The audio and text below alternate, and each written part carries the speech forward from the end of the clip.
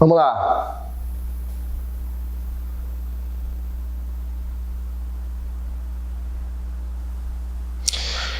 Convém ressaltar, em uma segunda análise, que é inadmissível realidade, né? Marcelo deve estar mostrando isso nesse exato momento, que a inadmissível realidade de violência contra a mulher no país encontra na inaplicabilidade das leis importante alicerce para que se manifeste e se desenvolva na sociedade brasileira. Então, beleza, eu coloquei a estrutura convém ressaltar em uma segunda análise, que eu gosto muito dela, coloquei o SNP aí, a inadmissível realidade de violência contra a mulher, que é o meu problema, encontra a estrutura causal bonita na causa, que é a inaplicabilidade das leis, importante alicerce para que se manifeste e se desenvolva na sociedade brasileira. Show de bola, tópico frasal bem bonito, se você puder colocar, né, uma estrelinha, ele é facilmente reproduzível, né? Convém ressaltar em segunda análise que o problema encontra na causa importante alicerce para que se desenvolva. Show de bola.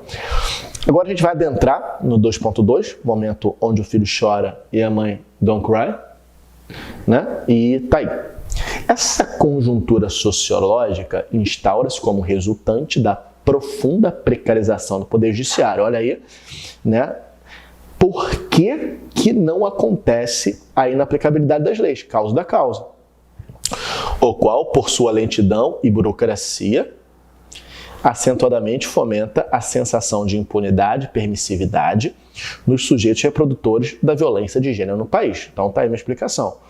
Eu entendo que se o sistema judiciário é precarizado e lento e burocrático e, portanto, não pune os criminosos que cometem esse tipo de crime como deveriam fazer, a gente vai instituir a sensação de impunidade, aquela sensação de bunda lelê, que dentro da lógica da formalidade eu chamei de permissividade, nos sujeitos que agridem as mulheres.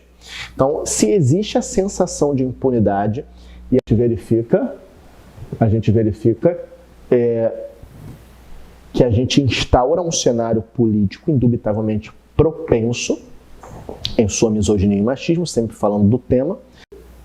Bom, deu zica no cartão de memória, porque aqui tudo acontece, mas estamos de volta.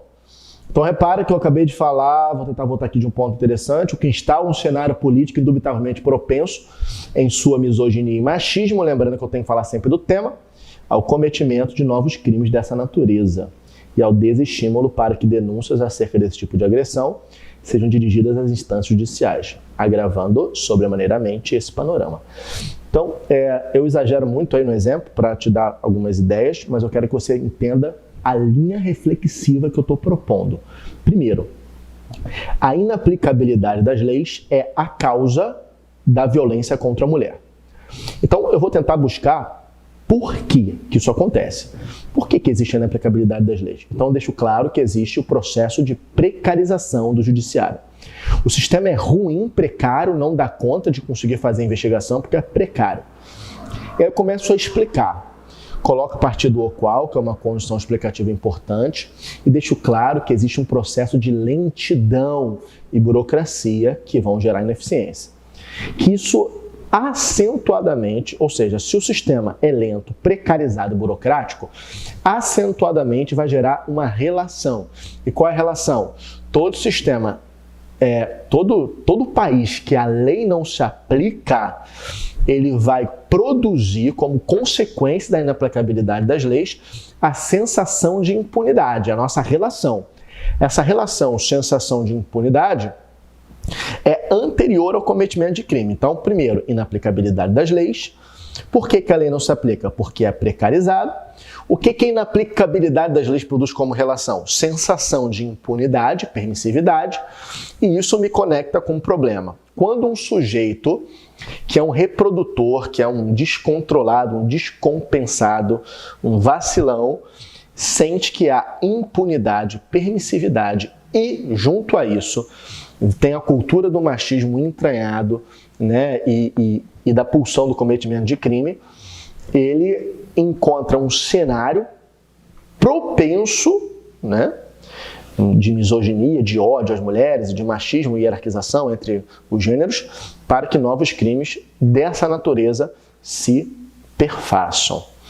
E se há ineficiência das leis, se você não encontra, nos arquétipos judiciais a garantia do crime ser combatido, as pessoas ficam desestimuladas para denunciar.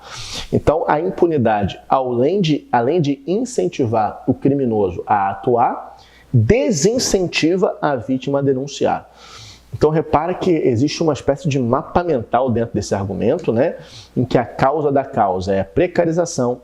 A precarização gera a inaplicabilidade das leis. A inaplicabilidade das leis, por sua vez, gera a sensação de impunidade e permissividade nos sujeitos propensos ao cometimento de crime.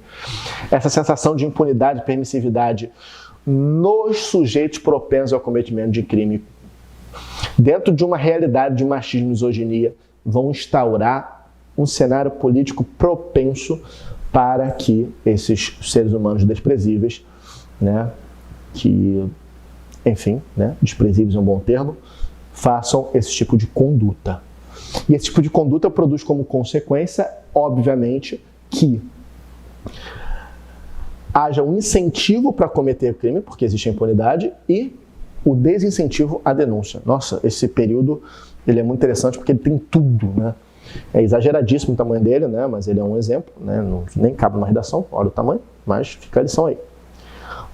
Tem a citação, nesse sentido, na obra Dos Delitos e das Penas, Cesare Beccaria, que é um filósofo extremamente defensor da humanização das penas e do direito humano, né? Extremamente. Se você assistiu o live aí de político lesado que falou o contrário disso ontem, né? Porque eu assisti, Beccaria é um defensor da humanização da pena. Leia a obra dele, um defensor, não contrário aos direitos humanos.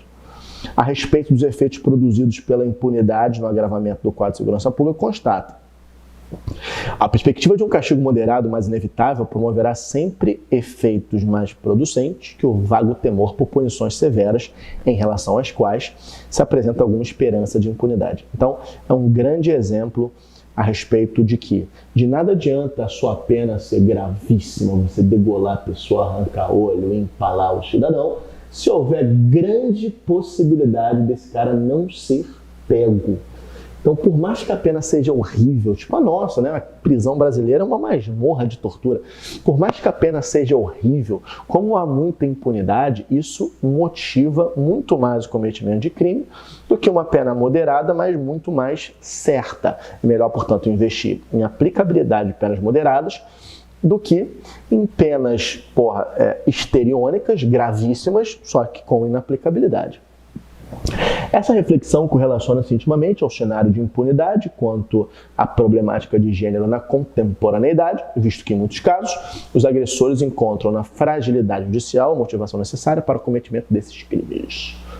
À vista disso, essa reality opressiva mostra-se submersa na sociedade. Tantas mulheres são desconstruídas física, emocional e psicologicamente por uma inadmissível conjuntura, lembrando que eu sempre falo do tema.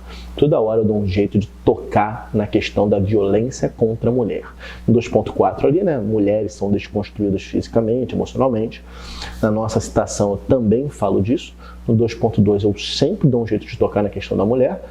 Porque se a causa reina, estou voltando para a tela, se a causa reinar sobre o tema, a gente fez um desastre na nossa redação. Então, se você acha que a inaplicabilidade das leis é a causa de um problema qualquer, você sempre tem que encher de tema dentro da lógica da inaplicabilidade das leis. Né? Dentro da lógica 40? Dentro da lógica, você fez um 10? Mais 10. Dentro da lógica da inaplicabilidade das leis. A inaplicabilidade das leis de proteção a gênero. Isso tem que sempre ser colocado. Lei Maria da Penha é inaplicada ou parcialmente inaplicada. Por quê? porque as delegacias de proteção à mulher não são tão numerosas, porque a consciência acerca da denúncia também pode não chegar a todas as pessoas, porque a sociedade não denuncia, porque o machismo é estrutural e naturalizado e, portanto, se tolera muita coisa quando não se poderia tolerar e, portanto, existe o processo de inaplicabilidade das leis de gênero. É sempre jogando o tema dentro da causa, porque o que mais tem é aluno que só fala da causa. Aí não importa a redação que esse cara receba, ou o que ele vai fazer, se olha para o parágrafo 2 ou para o parágrafo 3 dele, é a mesma coisa. Por quê? Porque ele transformou a causa em protagonista da redação. Bernardo, isso é muito grave? Eu vou te falar o nível de gravidade. Eu já vi aluno tirar simplesmente 0 por causa disso. Mas já vi algumas vezes desastre tipo 480. Meu amigo, o tema é protagonista da redação. Nunca se esqueça, se você colocar a causa como elemento nuclear central dentro da sua argumentação, você provavelmente tangenciou o tema. E aqui a gente não vai aceitar essa possibilidade. Então, sempre que você falar que existe inaplicabilidade das leis, é inaplicabilidade das leis em relação ao tema. Sempre ao tema. Meu amigo, minha amiga, chegamos a mais um final de aula. A gente está aqui gravando a tarde inteira de domingo. Né? A gente vê aqui no domingo, Marcela estava em casa, Bernardo, tenho nada para fazer, vamos gravar no domingo? Ela está felizona aqui, né? Mentira. Então a gente está aqui no domingo gravando essa aula. Felicíssima, né? Então domingo pra gente, quinta para você. Né? Se você está assistindo essa aula na quinta, eu só tenho um pedido. Você acabou já de assistir a nossa aula aberta, eu já não posso mais fazer propaganda que passou, e segunda-feira você teve outra aula comigo sobre a temática fome. Então vamos entregar a redação da semana, já é quinta-feira, você já teve o tema já há 4 dias. Qual é o meu pedido para agora?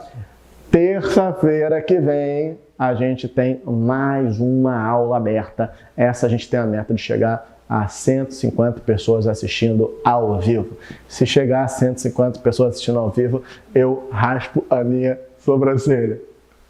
Caraca! Você vai ter que raspar. 150 não, 200. Não, você vai ter que raspar real. 200? Real. Eu vou raspar. Se chegar a 200 pessoas assistindo a nossa aula ao vivo, caraca, que medo. Não, eu vou raspar real. Eu raspo a sobrancelha. Eu ia falar que eu pinto meu cabelo de azul, mas eu lembrei de um detalhe escroto da vida, que é a ausência capilar. Mas, tamo aí. Então, terça-feira, nossa aula aberta, que pra gente é nosso canal de comunicação com o mundo, por isso que a gente fala tanto disso. É muito importante, gente, a gente tá numa quarentena, tá difícil para todo mundo, a gente precisa ser visto. Então, a gente quer que muitas pessoas conheçam o nosso trabalho. Somos uma empresa, né, small, e a gente precisa muito dos nossos queridos alunos falando da gente pelo planeta. Portanto, terça-feira, mais uma aula aberta. Segunda-feira, se Deus quiser, já é o AIUP, de novo, falando sobre as 5 causas pela sociologia e filosofia. É muito maneira essa aula dele. E por aí vai. Dicas de leitura sobre a inaplicabilidade das leis. Existe o livro O Processo, de Kafka, né? Crime e Castigo, de Dostoiévski. Tem audiolivro dos dois na internet, cada um dura umas 12, 13 horas, tranquilão. Dentro da lógica da inaplicabilidade das leis tem a questão do George Orwell, que lá a lei se aplica sem que a lei exista, né? O crime existe, mas a lei não. Eu acho uma análise muito, muito, muito interessante. Dentro do conto da Aya também existe toda uma dimensão complexa de inaplicabilidade das leis e de criação de leis novas, leis com base em dogmatismo religioso. A parada vira lei, é totalmente... lembrei dessa parada, como que eu esqueci isso? No conto da Aya, o que mais tem é lei que é completamente moral. Uma das leis é que o estupro está legalizado, desde que seja para procriação. Então você pega uma aia, que é uma espécie de escravo sexual, uma família de poderosos que não pode ter filho, o papel dela é ter filho para aquela família. Ela está sendo estuprada e o livro conta todo o drama que essa mulher vive. Terça-feira agora, né, você aprendeu o conto da Aya. Então o que mais tem dentro das distopias é análise sobre inaplicabilidade das leis e sobre leis absurdas sendo colocadas em prática.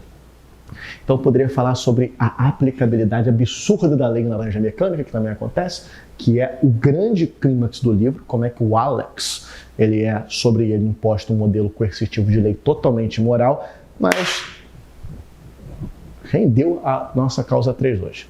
continua estudando. Então, as distopias são fundamentais para a compreensão da nossa terceira causa na aplicabilidade das leis. Conto da Aya, 84, Laranja Mecânica, são grandes exemplos.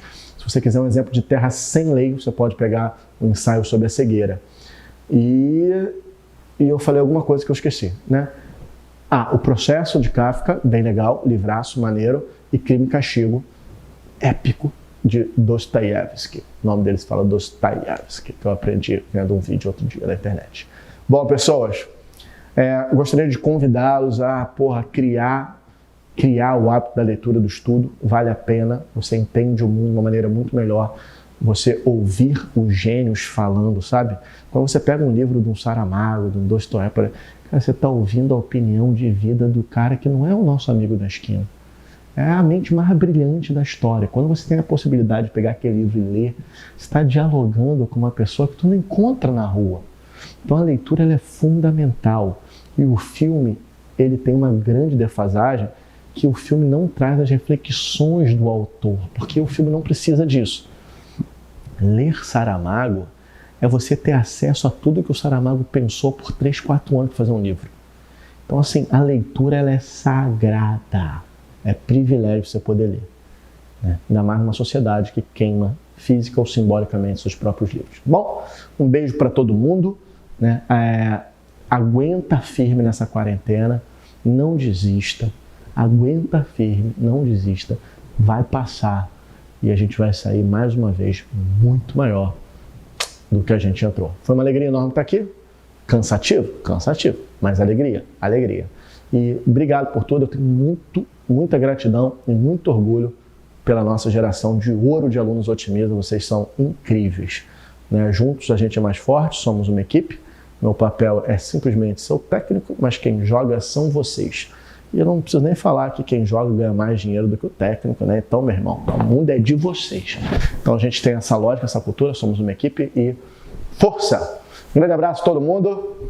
Conta para os amigos que tá maneiro o nosso curso. Um grande abraço. Valeu. Toca a vinheta.